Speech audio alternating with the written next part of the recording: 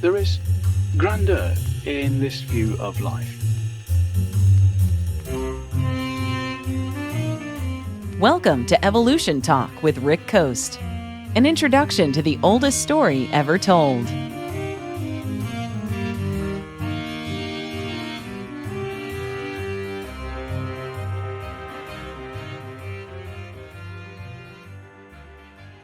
Meet the Reverend William Paley, an old enemy of evolution. He put forward the most lucid argument for the existence of a divine creator, and his argument has been used ever since to try and shoot down Darwin. That was Professor Richard Dawkins. This, the final episode in the short series on the Eclipse of Darwinism, will look at another theory that attempted to push natural selection aside. As Richard Dawkins said a few moments ago, it was best expressed by the 18th century English clergyman and philosopher William Paley. To expand on what Professor Dawkins said, Paley's argument is known as the Watchmaker analogy, and it was proposed in his 1802 book, Natural Theology, or Evidences of the Existence and Attributes of the Deity. And it goes a little bit like this. Suppose I am taking an afternoon walk and I come across a wide field. It's a beautiful day, and I want to extend my walk, so I enter the field.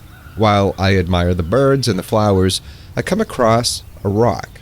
I pick it up and acknowledge its shape, its contours, and even its weight. I then let it drop, and it's carried to the ground by the force of gravity. I leave it where it landed, and I continue on my walk, giving it really no further thought or even consideration. After all, it's only a rock. It's one of many. I've picked up many rocks and skipped a few stones across the waters of a pond.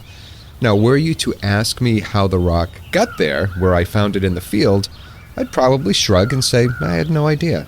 The world is littered with rocks, literally.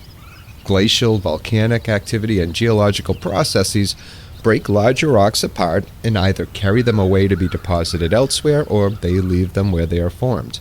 There's no mystery there or really anything more to consider, at least for me. I'm sure there are many geologists listening right now who would wholeheartedly disagree. Yet, what if I then stumbled upon a watch in the same field? I pick it up and wind its crown. It works. I turn it over, looking to see if it's engraved and who it might belong to or who made it. Now, why am I even checking for that?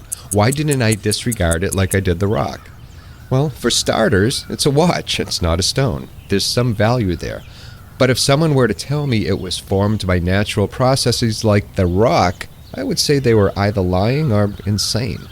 An intricate device like a watch, no matter how old, is designed. Anyone can see that.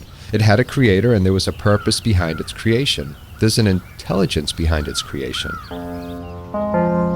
Charles Darwin was well aware of Paley's argument. He even considered it evidence of a creator in nature at one time.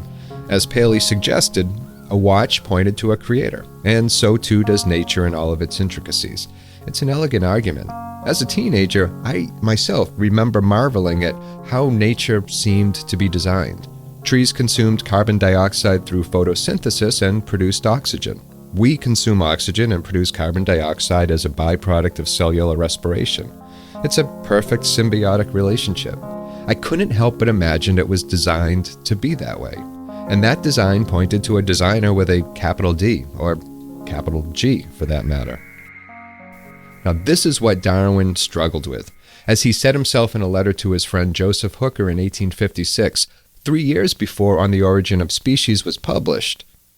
What a book a devil's chaplain might write on the clumsy, wasteful, blundering, low and horridly cruel works of nature.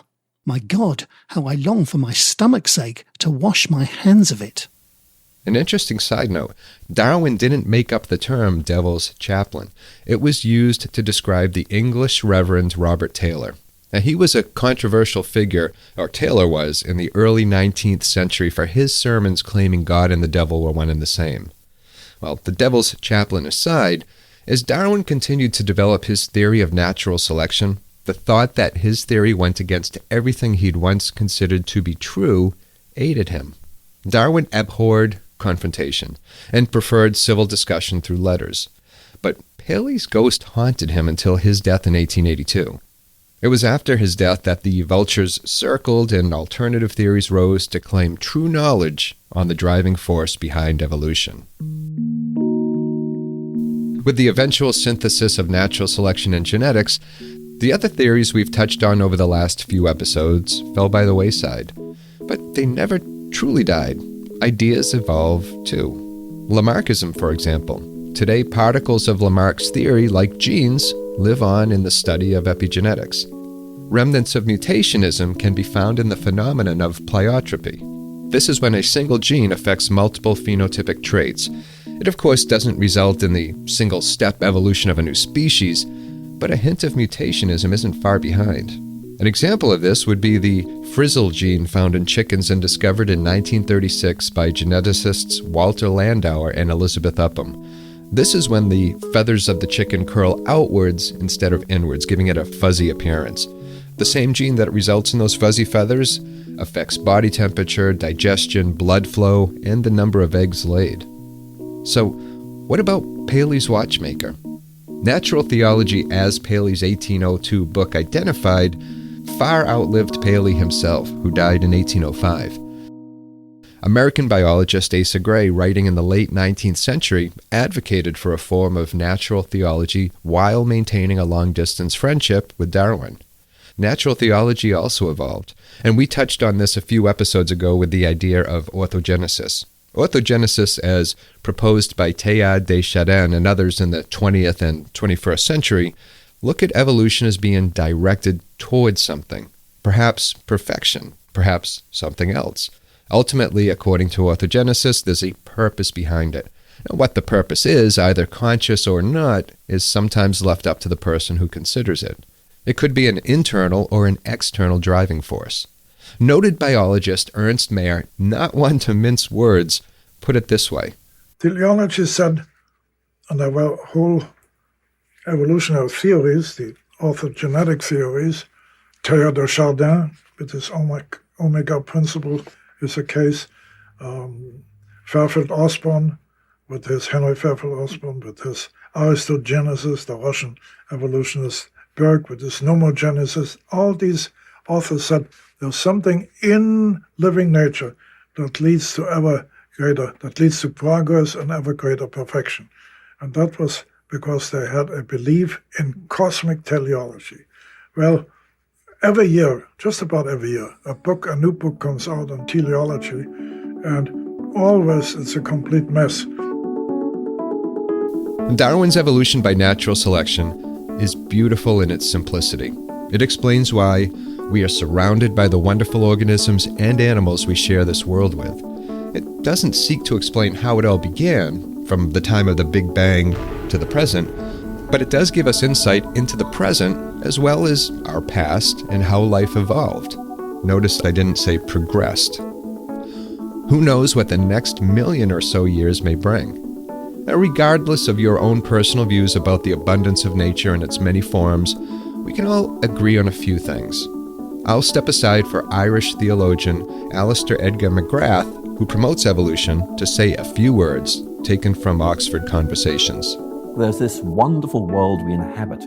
Might this world point beyond itself? Might it give us clues in which the rational transparency and the beauty of this world might, in effect, be signposts to something greater?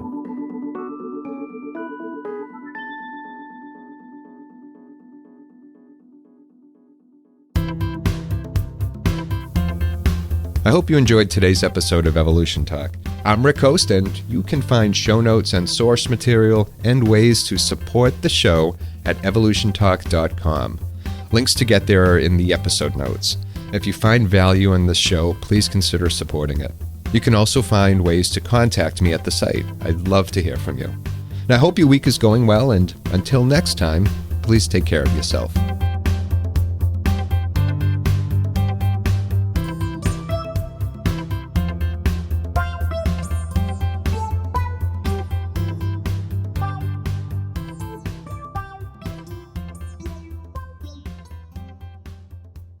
Evolution Talk is a Rick Coast production.